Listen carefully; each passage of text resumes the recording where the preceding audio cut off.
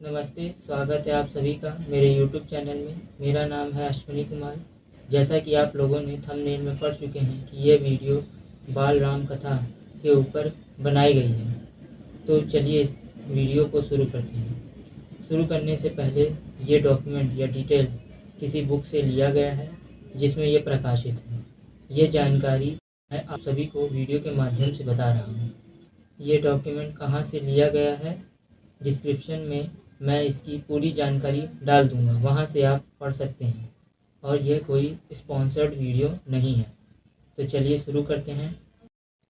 तो इसका पहला अध्याय या पहला चैप्टर है अवध की है और बहुत पुरानी है। अवध में सरयू नदी के किनारे एक अति सुंदर नगर था, अयोध्या। सही अर्थों में दर्शनीय, देखने लायक, भव्यता जैसे उसका दूसरा नाम हो। अयोध्या में केवल राज महल भव्य नहीं थे, उनकी एक एक इमारत आलीशान थी। आम लोगों के घर भव्य थे, सड़कें चौड़ी थी, सुंदर बगीचे थे, पानी से लबालब भरे सरोवर, खेतों में लहराती हरियाली, हवा में हिलती फसलें सरयू की लहरों के साथ खेलती थी। अयोध्या हर तरह से संपन्न नगरी थी। संपन्नता कोने अंतरे तक बिखरी हुई, सभी सुखी, सब समृद्ध। दुख और विपन्नता को अयोध्या का पता नहीं मालूम था, या उन्हें नगर की सीमा में प्रवेश की अनुमति नहीं थी। पूरा नगर विलक्षण था, अद्भुत और मनोरम। उसे ऐसा होना ही था। वह कोमल राज्य की राजधानी थी। राजा दशरथ वहीं रहते थे।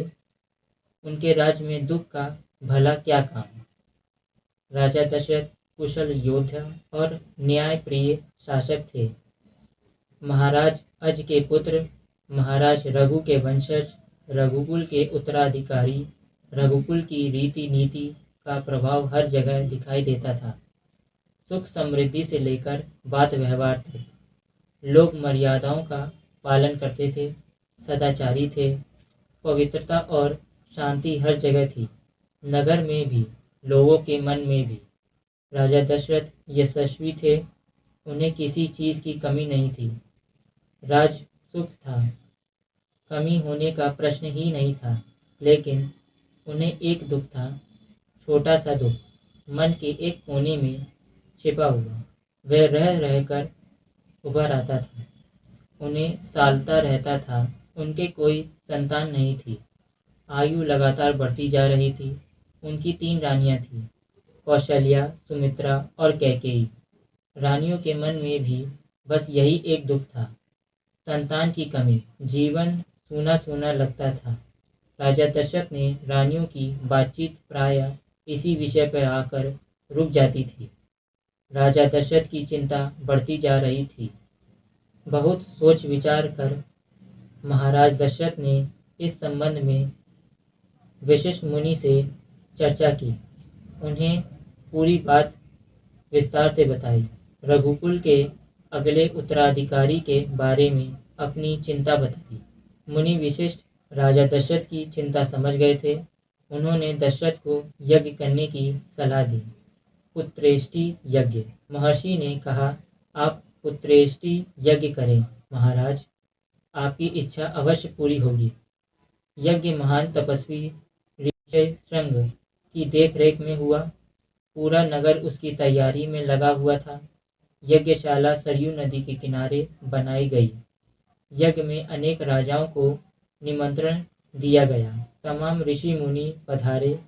शंखध्वनि और मंत्रोच्चार के बीच एक एक कर सबने आहुति डाली। अंतिम आहुति राजा दशरथ की थी। यज्ञ पूरा हुआ। अग्नि के देवता ने महाराज दशरथ को आशीर्वाद दिया। कुछ समय बाद दशरथ की इच्छा पूरी हुई। तीनों रानियां पुत्रवती हुई। महारानी कौशल्या ने राम को जन्म दिया। चौत्र माह की नवमी के दिन रानी सुमित्रा के 2 पुत्र हुए, लक्ष्मण और शत्रुघ्न। रानी कैकेयी के पुत्र का नाम भरत रखा गया। राजमहल में खुशी छा गई। नगर में बधाइयाँ बजने लगी, मंगल गीत गाए गए। हर ओर खुशी उत्सव जैसे दृश्य। राजा दशरथ प्रसन्न थे, उनकी मनोकामना पूरी हुई। प्रजा प्रसन्न थी कि दशरथ की चिंता दूर हुई। नगर में बड़ा समारोह आयोजित किया गया। धूमधाम से आयोजन में दूर दूर से लोग आए। राजा दशरथ ने उनको पूरा सम्मान दिया, उन्हें कपड़े, अनाज और धन देकर विदा किया। चारों राजकुमार धीरे धीरे बड़े हुए। वह बहुत सुंदर थे, साथ खेलते निकलते तो लोग उन्हें देखते रह जाते। आंखें उनसे हटती ही नहीं थी। चारों भाइयों में आपस में बहुत प्रेम था। वह अपने बड़े भाई राम की आज्ञा मानते थे। खेल कूद में लक्ष्मण प्राय राम के साथ रहते। भरत और शत्रुघ्न की एक अलग जोड़ी थी और बड़े होने पर राजकुमारों को शिक्षा दीक्षा के लिए भेजा गया।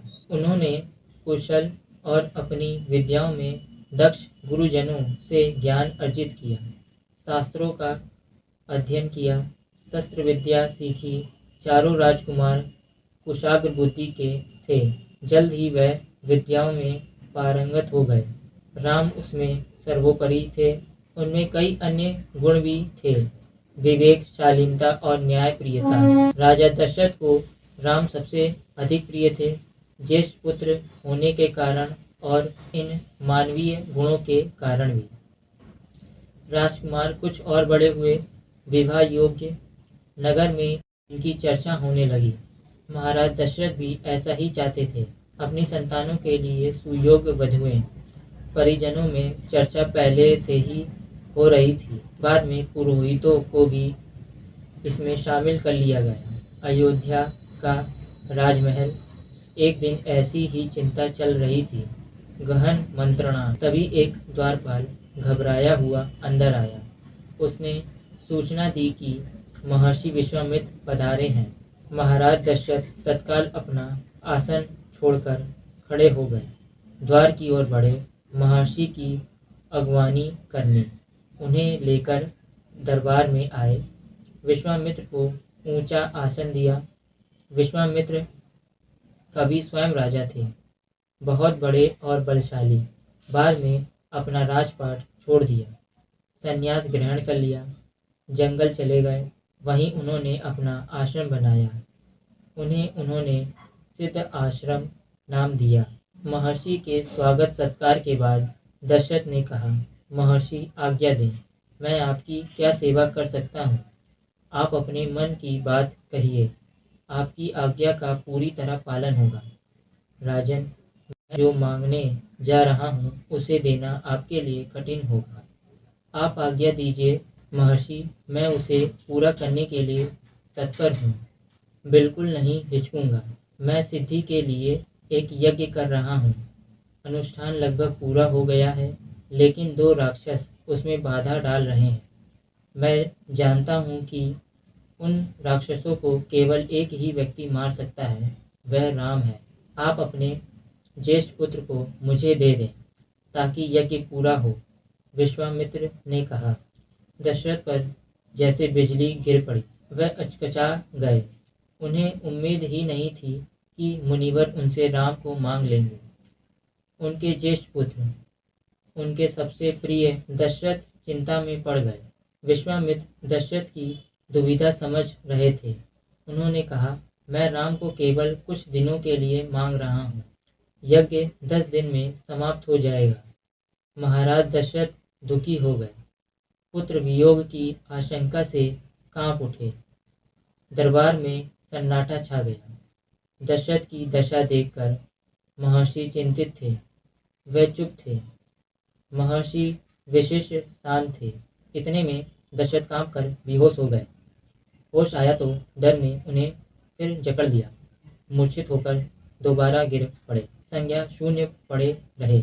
महर्षि विश्वामित्र का क्रोध बढ़ता जा रहा था। दरबार सशंकित था किसी अनिष्ट की आशंका से। वह कुछ समझ नहीं पा रहे थे। महर्षि और महाराज के बीच संवाद में कुछ बोलना उचित भी नहीं था। मुनि विशिष्ट चुपचाप आकर महाराज दशरथ के पास खड़े हो गए। थोड़ी देर बाद दशरथ उठे। स्वयं को संभालते हुए उन्होंने महर्षि से विनती की, महामुनि, मेरा राम तो अभी 16 वर्ष का भी नहीं हुआ है। वह राक्षसों से कैसे लड़ेगा? राक्षस मायावी हैं।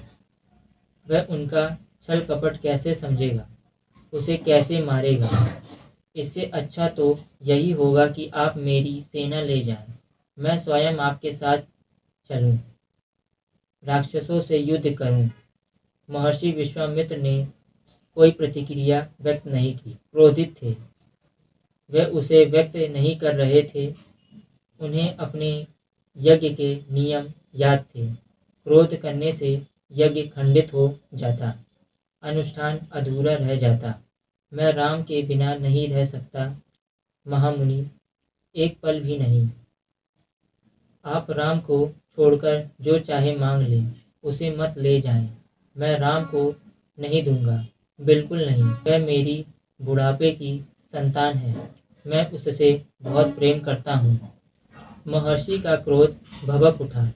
दरबार मंत्रीगण और ऋषि मुनि सकते में आ गए। आप रघुकुल की रीति तोड़ रहे हैं राजन, वचन देकर पीछे हट रहे हैं। यह बर्ताव कुल के विनाश का सूचक है। आप जानते हैं कि मैं स्वयं दुष्ट राक्षसों का संहार कर सकता था, लेकिन मैंने संन्यास ले लिया है। अगर आप राम को नहीं देंगे तो मैं यहाँ से खाली हाथ लौट जाऊंगा। बात बिगड़ती देखकर मुनि विशिष्ट आगे आए। महाराज दशरथ को समझाया। राम की शक्ति के बारे में, प्रतिज्ञा तोड़ने के संबंध में, महर्षि विश्वामित्र के साथ रहने पर राजकुमार राम को होने वाले लाभ के बारे में।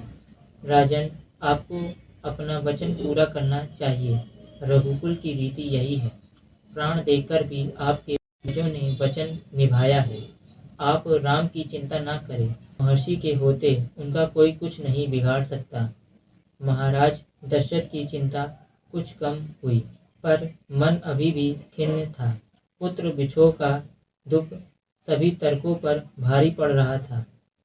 गुरु विशिष्ट ने कहा, महाराज, महर्षि विश्वामित्र सिद्ध पुरुष हैं, तपस्वी हैं, अनेक गुप्त विद्याओं के जानकार हैं। वह कुछ सोचकर ही यहाँ आए हैं। राम उनसे अनेक नई विद्याएं सीख सकेंगे। आप राम को मुनि विश्वामित्र के साथ जाने दें। राम को उन्हें सौंप दें। दशरथ ने मुनि विशिष्ट की बात दुखी मन से स्वीकार कर ली, लेकिन वह राम को अकेले नहीं भेजना चाहते थे। उन्होंने विश्वामित्र से आग्रह किया, कहा कि वह राम के साथ उनके छोटे भाई लक्ष्मण को भी ले जाएं। महर्षि विश्वामित्र ने महाराज दशरथ का ये आग्रह स्वीकार कर लिया। राम और लक्ष्मण को तत्काल दरबार में बुलाया गया। महाराज दशरथ ने उन्हें अपने निर्णय की सूचना दी। दोनों भाइयों ने उसे सहर्ष स्वीकार कर लिया, सिर झुकाकर आदर सहित। इसकी सूचना माता कौशल्या को भी दी गई। बताया गया कि राम और लक्ष्मण वन जा रहे हैं महर्षि विश्वामित्र के साथ। नितांत गंभीर माहौल में स्वस्ति वचन हुआ। शंख ध्वनि हुई, नगाड़े बजे। महाराज दशरथ ने भावुक होकर दोनों पुत्रों का मस्तक चूमकर उन्हें महर्षि को सौंप दिया। दोनों राजकुमार बिना विलंब किए महर्षि के साथ चल पड़े, बीहड़ और भयानक जंगलों की ओर। विश्वामित्र आगे आगे चल रहे थे। राम उनके पीछे थे। लक्ष्मण राम से 2 कदम पीछे थे, अपने धनुष संभाले हुए, पीठ पर तोरण बांधे, कमर पर तलवारें लटकाए। तो इस तरह चैप्टर 1 अवधपुरी में राम का समापन होता है। तो आप सबको ये वीडियो कैसी लगी कमेंट बॉक्स में ज़रूर बताइएगा। मिलते हैं इसके अगले अध्याय में, जिसका नाम है जंगल और जनकपुरी। जय श्री राम।